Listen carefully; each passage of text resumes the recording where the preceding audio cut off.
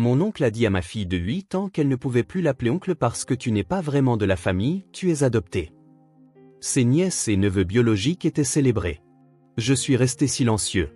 5 jours plus tard, à sa fête de départ à la retraite, tout le monde a reçu une lettre qui révélait. Avant de commencer l'histoire, n'oubliez pas d'aimer et de vous abonner à la chaîne pour voir plus d'histoires comme celle-ci. Mon frère Roger a regardé ma fille de 8 ans droit dans les yeux et a prononcé les 6 mots qui allaient détruire toute notre famille. Tu ne peux plus m'appeler tonton. Je m'appelle Janelle et cela s'est produit il y a à peine 3 semaines, lors de ce qui aurait dû être un barbecue familial, tout ce qu'il y a de plus normal. Le genre de journée où les enfants courent à travers les arroseurs et où les adultes se plaignent des impôts fonciers. Au lieu de cela, c'est devenu le jour où mon frère de 42 ans a décidé d'annoncer à ma fille adoptiva, Gracie, qu'elle ne faisait pas partie de la vraie famille parce qu'elle ne partageait pas notre sang. Roger Whittaker possédait 3 concessions automobiles et vivait dans une maison avec piscine qui semblait tout droit sortie d'un magazine. Sa femme, Pauline, ne portait que des vêtements de marque, et leurs jumeaux, Dakota et Bradan, fréquentaient une école privée. Mon frère était la réussite dont nos parents, Frank et Lorraine, adoraient se vanter à l'église. Cependant, ce qui s'est passé 5 jours plus tard lors de sa fête de départ à la retraite a fait réaliser à toute la famille qu'ils ne connaissaient pas vraiment Roger Whittaker. Voyez-vous, pendant que Roger s'affairait à dire à ma fille qu'elle n'était pas une vraie membre de la famille, il cachait un secret qui allait lui coûter son mariage, ses partenaires commerciaux et le respect de chaque personne qui pensait qu'il incarnait les valeurs familiales. Les lettres que j'ai envoyées aux 47 invités de cette fête n'ont pas seulement exposé sa vraie nature, elles ont révélé que tout ce qu'il avait construit reposait sur le mensonge, même qu'il avait tenté d'utiliser comme une arme contre une petite fille de 8 ans. Et l'homme qui a franchi les portes du country club ce soir-là, celui que Roger payait 30 000 $ par an pour disparaître, n'était que le début du retour de bâton du karma. Mais je vais un peu trop vite. Laissez-moi vous raconter comment une hygiéniste dentaire et sa fille ont fait tomber l'homme le plus prospère de notre famille, et pourquoi il nous en a remercié à la fin. La vie avait enfin commencé à se stabiliser pour Gracie et moi. Après 3 ans de traitement de fertilité qui avaient épuisé mes économies et mon mariage, mon ex-mari, David, était parti en me laissant ces mots d'adieu très utiles. Peut-être que tu n'es tout simplement pas faite pour être mère.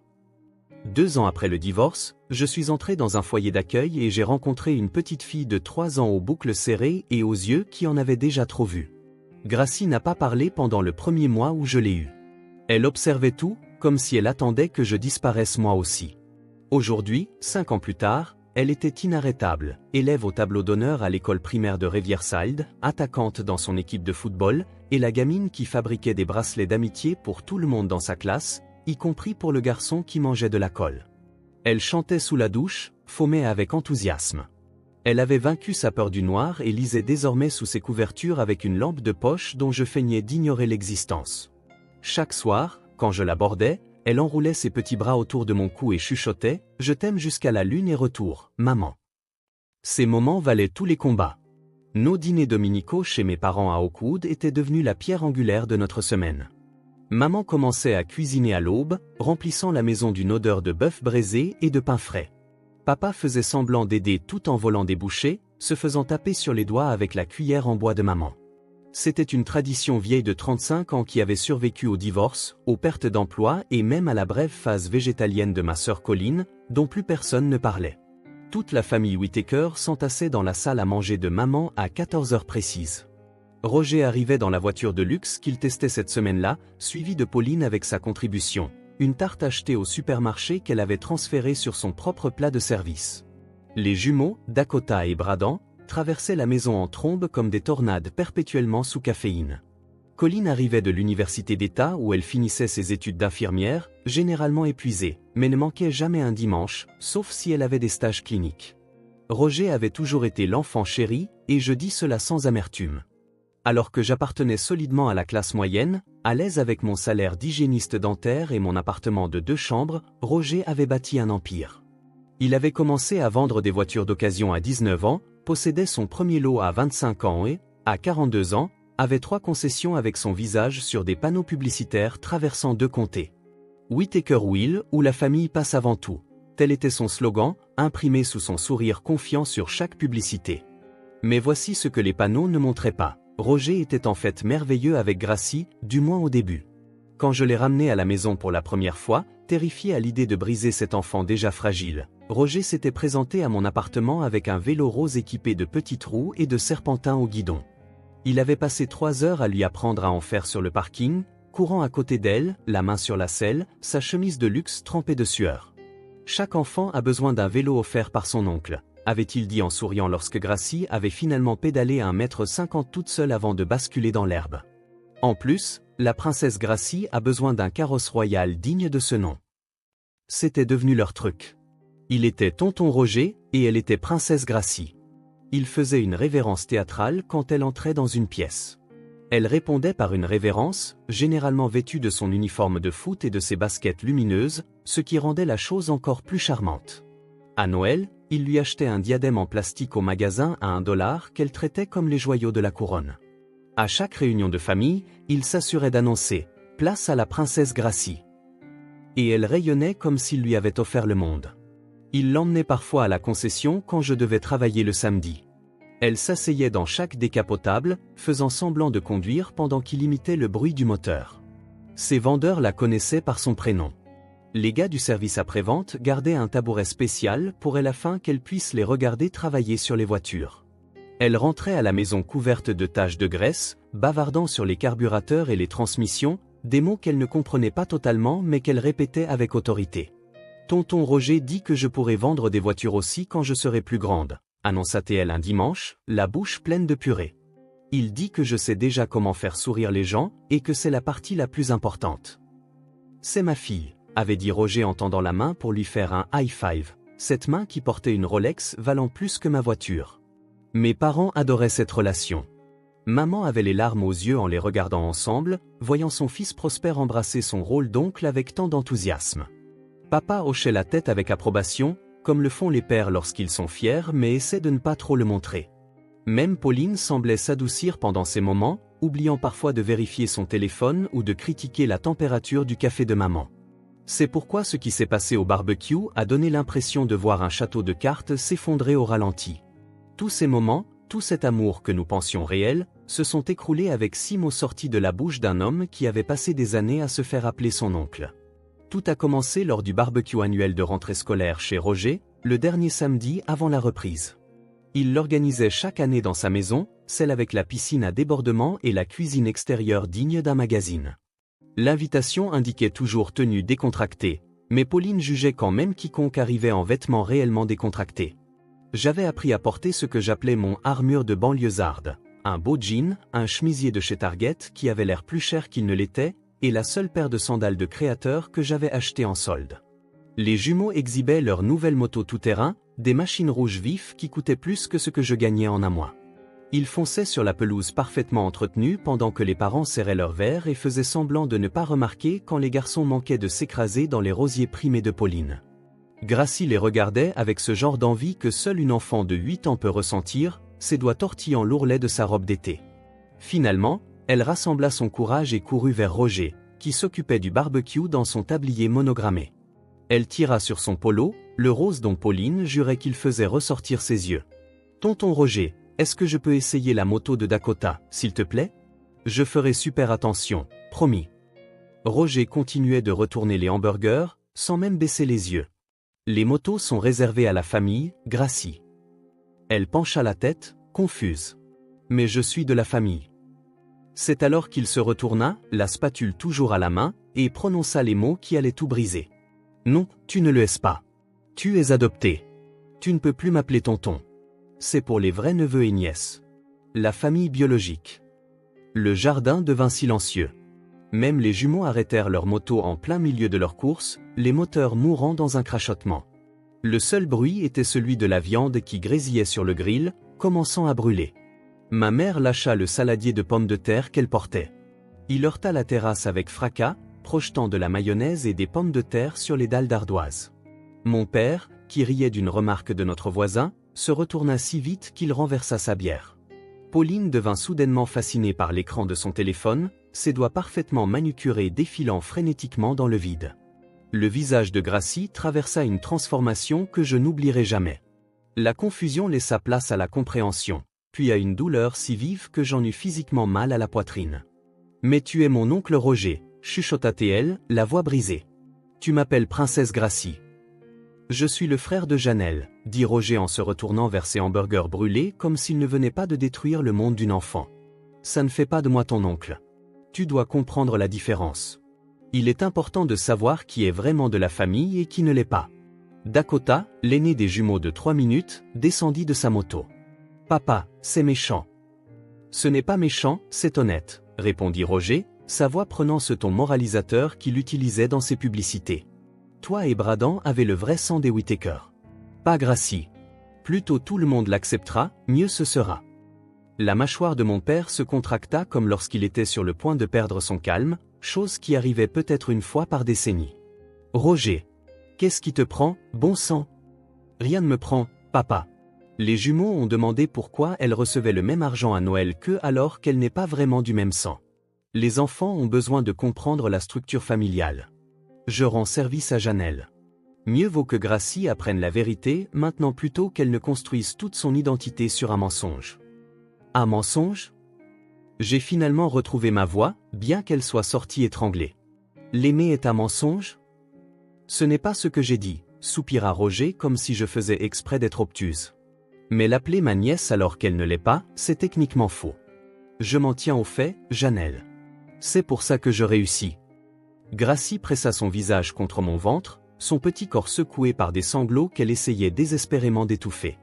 Je pouvais sentir ses larmes tremper mon chemisier, brûlantes et déchirantes. On s'en va, réussis-je à dire, soulevant Gracie même si elle devenait presque trop grande pour être portée. Oh, allez, Janelle. Ne sois pas dramatique, lança Roger en levant les yeux au ciel. Elle allait finir par le comprendre. Les enfants à l'école lui diront qu'elle est différente. Je la prépare au monde réel. Le monde réel, intervint Colline de là où elle était restée figée près de la piscine. Le monde réel où les oncles aiment leur nièce, peu importe comment elles sont arrivées dans la famille. Ce n'est pas ma nièce, répéta Roger plus lentement, comme si nous étions tous stupides. C'est tout le sujet. Ma mère s'était agenouillée pour nettoyer la salade de pommes de terre renversée, les mains tremblantes. Elle se releva, laissant le désordre, et marcha vers Roger. Du haut de son 1,57 m, elle dut tendre le cou pour le regarder dans les yeux. « J'ai honte de toi », dit-elle calmement. Et d'une certaine manière, c'était pire que si elle avait crié. Profondément, intensément honte. Puis elle se tourna et me suivit jusqu'à la voiture, mon père juste derrière nous, laissant Roger planté là devant son barbecue coûteux avec ses hamburgers brûlés, ses enfants biologiques et sa femme parfaite qui ne croisaient le regard de personne. Pendant 3 jours, j'ai vu ma fille se replier sur elle-même. Elle a arrêté de chanter sous la douche. Elle poussait ses céréales du petit déjeuner dans son bol jusqu'à ce qu'elles deviennent de la bouillie. Quand son entraîneur de foot a appelé pour demander pourquoi elle avait quitté l'entraînement en plein milieu, je n'avais pas de bonne réponse. Son institutrice, Madame Brennan, a envoyé un mot disant que Gracie avait passé la récréation assise seule contre le bâtiment au lieu de jouer avec ses amis. « Chérie, tu veux parler de ce qui s'est passé ?» ai-je demandé pour la 10e fois, assise au bord de son lit. « Est-ce que je ne suis pas réelle ?» a-t-elle chuchoté dans son oreiller. « Tu es la personne la plus réelle et la plus merveilleuse que je connaisse. » Alors pourquoi tonton Roger ne veut pas de moi? Je n'avais aucune réponse qu'une enfant de 8 ans puisse comprendre, alors que je ne le comprenais pas moi-même. Ma mère passait tous les jours, apportant les biscuits préférés de Gracie, de nouveaux livres, n'importe quoi pour lui arracher un sourire. Papa essayait aussi, arrivant avec un kit d'avion miniature à construire ensemble, mais Gracie les remerciait poliment et se retirait dans sa chambre. La lumière qui faisait de Gracie ce qu'elle était s'éteignait, et je me sentais impuissante pour l'arrêter. Mercredi soir, Colline a appelé. J'ai pensé à la fête de départ à la retraite de Roger samedi. Je n'irai pas, ai-je dit immédiatement. Gracie non plus. Écoute-moi. Il annonce sa grande transition, n'est-ce pas? Il se retire des opérations quotidiennes, garde la propriété, mais laisse son partenaire diriger les choses pendant qu'il joue au golf et fait semblant d'être consultant. Donc, tous ceux qui comptent pour lui seront là. Tous ses associés, les gens du country club, ses précieux amis de la chambre de commerce, tous ceux qui pensent que Roger Whittaker est monsieur valeur familiale. Colline, je ne suis pas d'humeur pour des fantasmes de vengeance. Ce n'est pas un fantasme. Tu te souviens quand je travaillais au palais de justice pendant mes études d'infirmière? Au classement des dossiers, à l'aide aux archives? Eh bien, j'ai encore des amis là-bas. Les registres publics sont publics pour une raison, Janelle. On pourrait vérifier certaines choses. Quel genre de choses? Le genre de choses que quelqu'un obsédé par la famille biologique ne voudrait peut-être pas que les gens sachent. J'aurais dû dire non. J'aurais dû choisir la voie de la sagesse. Mais j'ai regardé la porte fermée de Gracie à 19h30, alors qu'elle avait l'habitude de supplier pour 5 minutes de plus avant de dormir. « Qu'est-ce que tu as en tête ?» Colline est venue après que Gracie se soit endormie. Nous nous sommes assis à ma table de cuisine avec des ordinateurs portables et des bloc-notes, comme si nous planifions une collecte de fonds pour l'école au lieu de la chute de notre frère. Ce que nous avons trouvé dans les registres publics a fait refroidir mon café entre mes mains. « Oh mon Dieu !» a soufflé Colline. « Roger est adopté. » Le décret d'adoption était là, noir sur blanc. Roger James Whittaker. Adopté à 6 mois par Frank et Lauren Whittaker. Nom d'origine, Roger James Andry. Maman et papa ne nous l'ont jamais dit, dis-je, stupéfaite. Il y a plus. Colline ouvrit un autre document. Regarde ses dépôts judiciaires. Il y a 5 ans, un certain Carl Andry a tenté de contester une ordonnance restrictive déposée par Roger Whittaker. Le même Roger Whittaker qui possède 3 concessions. Nous avons continué à creuser. Les registres fonciers montraient que Roger effectuait des paiements pour une maison délabrée à l'autre bout de l'État, appartenant à un certain Carl Andry. Les registres d'emploi de la concession, assignés dans le cadre d'un procès pour licenciement abusif, montraient des paiements de consultation irréguliers à une société appelée CH Holdings, enregistrée au nom du même Carl Andry. Il paie son père biologique pour qu'il reste à l'écart, ai-je dit. Roger a trouvé son père biologique et le cache tout en disant à ta fille qu'elle n'est pas une vraie famille. Le lendemain matin, j'ai pris une décision. J'ai écrit 47 lettres, une pour chaque personne sur la liste des invités pour la fête de retraite de Roger. Pauline m'avait donné accès à la base de données de la concession il y a des années pour une collecte de fonds scolaires, et elle n'avait jamais changé le mot de passe. J'ai personnalisé chaque lettre, en les adressant par leur nom, faisant référence à leur lien avec Roger. Chaque lettre contenait les mêmes informations, les documents d'adoption de Roger, les paiements à Carl Andry, et une simple question. Si Roger croit que les enfants adoptés ne sont pas une vraie famille, qu'est-ce que cela fait de lui? Mais je ne voulais pas simplement les envoyer par la poste. Cela semblait trop passif, trop facile à ignorer. Alors, j'ai fait autre chose. J'ai appelé Carl Andry. Il a répondu à la 3e sonnerie, la voix rauque à cause de la cigarette. Oui. Monsieur Andry, vous ne me connaissez pas, mais je suis la sœur de Roger Whittaker. Sa sœur adoptiva, en fait, bien qu'apparemment cela signifie que je ne suis pas sa vraie sœur, selon lui. Il y eut un long silence. Il a dit ça? Il a dit ça à ma fille adoptive de 8 ans. Il lui a dit qu'elle ne pouvait plus l'appeler tonton parce qu'elle n'est pas de la famille biologique. Un autre silence. Puis, ce garçon a toujours eu honte de ses origines. Je suppose qu'il a honte de ce qu'il est devenu aussi. Voudriez-vous venir à sa fête de retraite en tant que mon invité? Carl Andry a ri, un rire amer et entendu. Ma petite dame, ça fait 15 ans que j'attends que quelqu'un me demande ça. La fête de départ à la retraite était tout ce que Roger aurait voulu. Élégante, coûteuse et conçue pour impressionner. La salle de bal du country club brillait de ses lustres en cristal et de ses nappes blanches. Un quatuor de jazz jouait doucement dans un coin, tandis que des serveurs en nœuds papillons circulaient avec du champagne et des crevettes qui coûtaient plus cher au kilo que ce que je gagnais en 1 heure. Roger se tenait au podium dans un costume qui coûtait probablement plus que mon loyer mensuel. Pauline, à côté de lui, portait une robe qui coûtait certainement plus. « Merci à tous d'être venus », commença Roger, son sourire de vendeur à pleine puissance. Quand j'ai commencé à vendre des voitures à 19 ans, je n'avais rien d'autre que de l'ambition et une croyance dans les valeurs familiales. Je me tenais au fond avec Gracie, qui avait insisté pour venir malgré tout. Elle portait sa robe violette préférée et me tenait fort la main. Mes parents nous encadraient, la mâchoire de papa serrée et maman agrippant son sac à main comme une arme. Tout ce que j'ai construit, poursuivit Roger en levant sa coupe de champagne, a été pour la famille. La vraie famille, la famille de sang. C'est ce qui compte dans ce monde. Savoir d'où l'on vient, qui l'on est vraiment, et préserver cet héritage pour la génération suivante. C'est à ce moment-là que le premier téléphone a vibré, puis un autre, puis des dizaines. Une symphonie de notifications alors que mon service de messagerie livrait 47 lettres simultanément. Pauline vérifiait son téléphone lorsque son assistante lui tendit une enveloppe. Elle l'ouvrit distraitement, écoutant toujours le discours de Roger sur les lignées authentiques et l'héritage génétique. J'ai vu son visage changer en lisant. La couleur se draina jusqu'à ce que son fond de teint coûteux ressemble à un masque sur du papier blanc. Le nom Whittaker signifie quelque chose dans cette communauté, disait Roger. Il signifie intégrité. Il signifie savoir exactement qui l'on est et ne jamais prétendre être ce que l'on n'est pas. Roger. La voix de Pauline traversa son discours comme un couteau. Qu'est-ce que c'est?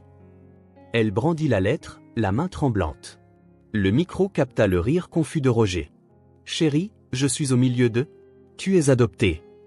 Les mots résonnèrent grâce à l'acoustique parfaite de la salle de bal. Tu as été adoptée tout ce temps et tu ne me l'as jamais dit, tu ne l'as jamais dit à nos enfants. La salle explosa. Chaque invité lisait sa lettre maintenant, les voix s'élevant dans la confusion et l'incrédulité. L'associé de Roger, Mitchell Stevens, se leva si vite que sa chaise tomba à la renverse. Tu as détourné des fonds de l'entreprise, tonna la voix de Mitchell. Ces paiements à CH Holdings. C'est de la fraude, Roger. Je peux expliquer, commença Roger, mais sa voix fut noyée par le bruit des portes de la salle de bal qui s'ouvrait. Karl Landry entra, portant un costume mal ajusté qui avait probablement été à la mode il y a 20 ans.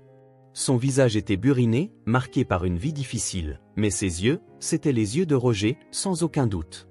Il essaya de lisser ses cheveux gris vers l'arrière, et ses mains tremblaient légèrement, mais il marcha avec détermination droit vers le podium. « Bonjour, fils », dit Karl, sa voix rauque portant dans la salle désormais silencieuse. « J'ai reçu un appel disant que tu étais enfin prêt à reconnaître d'où tu viens vraiment. » Le visage de Roger traversa une série d'émotions comme une machine à sous, le choc, la rage, la peur, et finalement une panique totale. « Tu ne peux pas être ici.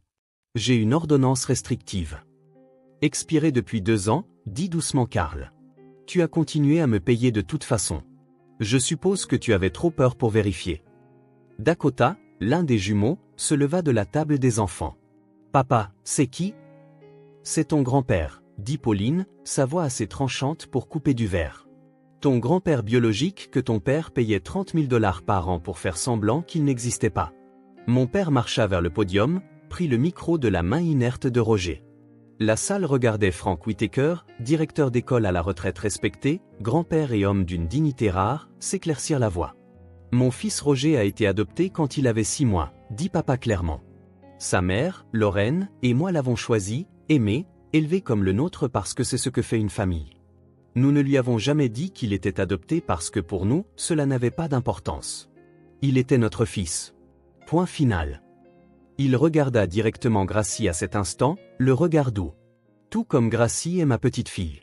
Point final. » Sans qualificatif, sans explication, sans test sanguin nécessaire. Puis papa se retourna vers Roger et sa douceur se transforma en acier. « Mais toi, Roger, tu as dépensé tellement d'énergie à cacher qui tu es que tu as oublié qui tu aurais pu être. Tu as blessé une enfant innocente pour protéger ta propre honte.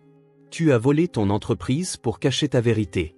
Tu as menti à ta femme, à tes enfants, à tous ceux qui te faisaient confiance. » Les associés partaient déjà. Téléphone collé à l'oreille, appelant probablement des avocats. Mitchell Stevens pointa Roger du doigt. « C'est fini. Le partenariat est dissous. Tu auras des nouvelles de nos avocats concernant les détournements de fonds. » « Attendez, » dit Roger désespérément. « S'il vous plaît, laissez-moi juste expliquer. » Mais l'exode avait commencé. En quelques minutes, seule la famille restait dans la salle de bal résonnante. Roger se tenait au podium comme le capitaine d'un navire en train de couler, agrippant toujours les bords comme s'il pouvait le maintenir à flot. Pauline marcha vers lui, retira son alliance et la posa sur le podium. 15 ans de mariage et je n'ai jamais su qui tu étais vraiment. Je suis toujours moi, chuchota Roger. Non, dit-elle. Tu es exactement celui que tu as toujours été. C'est juste que je le vois enfin. L'empire de Roger s'est effondré plus vite que quiconque ne l'avait prévu. En une semaine, 3 partenaires commerciaux s'étaient complètement retirés. L'enquête pour fraude a commencé le lundi suivant. Pauline a demandé la séparation, emmenant les jumeaux chez sa mère dans le Connecticut. Pas parce qu'il était adopté, elle l'a clairement fait savoir dans chaque conversation, mais parce qu'il avait menti pendant tout leur mariage, volé de l'argent et détruit le sentiment d'appartenance d'une enfant innocente pour protéger son propre ego. Les jumeaux, confus et en colère, ont commencé à poser les questions que Roger avait toujours redoutées. « Pourquoi papa a fait du mal à Gracie s'il est adopté lui aussi ?» m'a demandé Dakota au téléphone. « Est-ce que ça ne fait pas de lui un hypocrite ?» Même à 10 ans, il pouvait voir ce que son père ne voyait pas. Carl Landry a surpris tout le monde. L'homme que Roger avait dépeint comme un monstre, valant 30 000 $ par an pour rester caché, s'est avéré être remarquablement décent. Oui, il avait fait des erreurs. Il avait fait des allers-retours en prison dans sa vingtaine, lutté contre l'addiction, fait des choix qu'il regrettait. Mais il était sobre depuis 12 ans, avait trouvé la foi et respectait les vœux de Roger de rester à l'écart malgré son désir désespéré de connaître son fils. « J'aurais été fier de le connaître », m'a dit Carl autour d'un café une semaine après la fête. Ses mains étaient stables maintenant, enveloppant une tasse en céramique. Homme d'affaires prospère, père de famille, tout ça. Mais pas comme ça. Pas comme quelqu'un qui blesse des enfants pour se protéger. Il travaillait comme concierge dans un centre communautaire, vivant tranquillement, n'ayant jamais menacé d'exposer Roger malgré tout le droit légal de le contacter. Quant au paiement que Roger effectuait, Carl en donnait la majeure partie à une association caritative pour les foyers d'accueil. Je me suis dit que si mon garçon ne voulait pas de moi, peut-être que je pouvais aider d'autres enfants qui en avaient besoin, dit-il simplement. 2 mois après la fête, Roger s'est présenté à mon appartement. Il avait perdu du poids, ses vêtements coûteux remplacés par un jean et un t-shirt uni. La Mercedes avait disparu, remplacée par une Toyota de 10 ans. Il avait l'air plus vieux, plus humble, plus comme le frère avec qui j'avais grandi avant que le succès ne le change. Gracie s'est cachée derrière moi quand elle l'a vu à la porte. « Je suis désolé », a-t-il dit, et sa voix s'est brisée. Pour la première fois de ma vie, j'ai vu mon frère fier et prospère pleurer. Pas les larmes contrôlées d'un homme protégeant son image, mais les sanglots désordonnés et douloureux de quelqu'un faisant enfin face à lui-même. J'avais tellement peur d'être rejeté parce que je n'étais pas de la vraie famille que je l'ai rejeté en premier, a-t-il réussi à dire entre 2 respirations. Je suis devenu tout ce dont j'avais peur. Je me suis transformé en le monstre que je pensais que tout le monde verrait s'il connaissait la vérité. Dis-le lui à elle, pas à moi, ai-je dit en m'écartant. Roger s'est laissé tomber à genoux sur mon seuil, se mettant à la hauteur de Gracie. Princesse Gracie, je suis tellement désolé. Tu es ma nièce. Tu as toujours été ma nièce. J'ai été effrayé, stupide et cruel. Je t'ai fait du mal parce que je souffrais, et c'est impardonnable. Mais si tu me le permets, je veux passer le reste de ma vie à me rattraper. Gracie est restée là un long moment, du haut de ses 8 ans et plus sage que n'importe lequel d'entre nous ne le méritait. Puis elle a dit, tout le monde fait des erreurs. C'est ce que maman dit. Mais tu dois être sincère quand tu t'excuses. Je suis sincère, chuchota Roger. Je le suis plus que je ne l'ai jamais été pour quoi que ce soit. Elle l'a serré dans ses bras alors, et j'ai vu mon frère s'effondrer complètement, tenant ma fille comme si elle l'empêchait de se noyer. Roger reconstruit sa vie maintenant, morceau par morceau. Il a vendu ses parts restantes dans les concessions pour rembourser ce qu'il avait pris. Il vit dans un petit appartement et travaille comme directeur des ventes chez un autre concessionnaire. Mais voici la partie remarquable, il semble plus heureux. Il fait du bénévolat pour l'association de foyers d'accueil que Carl soutenait, partageant son histoire avec des enfants plus âgés qui sortent du système. La famille, c'est ceux qui sont là pour vous, leur dit-il, pas ceux dont vous partagez l'ADN. Je l'ai appris de la manière la plus dure possible. Dimanche dernier au dîner, j'ai regardé Roger pousser Gracie sur la balançoire qu'il avait insisté pour installer dans le jardin de nos parents de ses propres mains. Elle riait, criant « Plus haut, tonton Roger ! Plus haut !» Comme si les 6 derniers mois ne s'étaient pas produits, comme si le pardon pouvait être aussi simple. Maman est venue à côté de moi, me serrant la main. « Tu l'as sauvé, tu sais. » J'ai détruit sa vie, maman. Non, chérie. Tu l'as révélé. La vérité finit toujours par sortir. Mais de cette façon, Gracie a appris la leçon la plus importante de toutes. Laquelle? Qu'être choisi fait de toi encore plus une famille, pas moins. Et que se défendre soi-même et défendre les gens qu'on aime n'est jamais une erreur, peu importe à qui on tient tête. En regardant mon frère et ma fille ensemble, j'ai réalisé que nous portons tous des secrets sur notre appartenance. L'erreur de Roger n'était pas d'être adopté. C'était de croire que cela le rendait moins digne d'amour. Gracie n'a jamais douté de sa valeur parce que nous ne lui en avons jamais donné la raison. C'est la différence entre la honte et l'amour. La honte vous rend plus petit, plus méchant, désespéré de rabaisser les autres. L'amour vous rend plus grand, plus courageux, assez fort pour élever les autres. Mon frère a dû tout perdre pour apprendre cela. Mais en le voyant maintenant pousser ma fille sur cette balançoire, tous les deux riant sous le soleil de l'après-midi, peut-être est-ce exactement ce qui devait arriver. La famille n'est pas le sang. C'est le choix d'être présent encore et encore, surtout après être tombé. Et nous continuons tous à nous choisir les uns les autres, un dîner du dimanche à la fois. Si cette histoire a résonné en vous, si vous vous êtes déjà senti comme si vous n'étiez pas à votre place ou si vous avez connu quelqu'un qui vous a fait ressentir cela, je veux que vous sachiez que la famille choisie est une vraie famille. L'amour que nous choisissons de donner et de recevoir est la force la plus puissante au monde. Il peut survivre à la trahison, traverser les tempêtes de la honte et en ressortir plus fort de l'autre côté.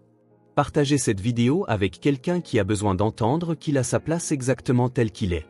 Laissez un commentaire sur votre propre famille de cœur, ces personnes qui sont là pour vous indépendamment de l'ADN. Et abonnez-vous à cette chaîne pour plus d'histoires sur la vérité compliquée, désordonnée et magnifique de ce qui rend une famille réelle. Parce qu'en fin de compte, nous sommes tous juste des personnes qui choisissent de s'aimer. Et c'est ce choix qui fait de nous une famille.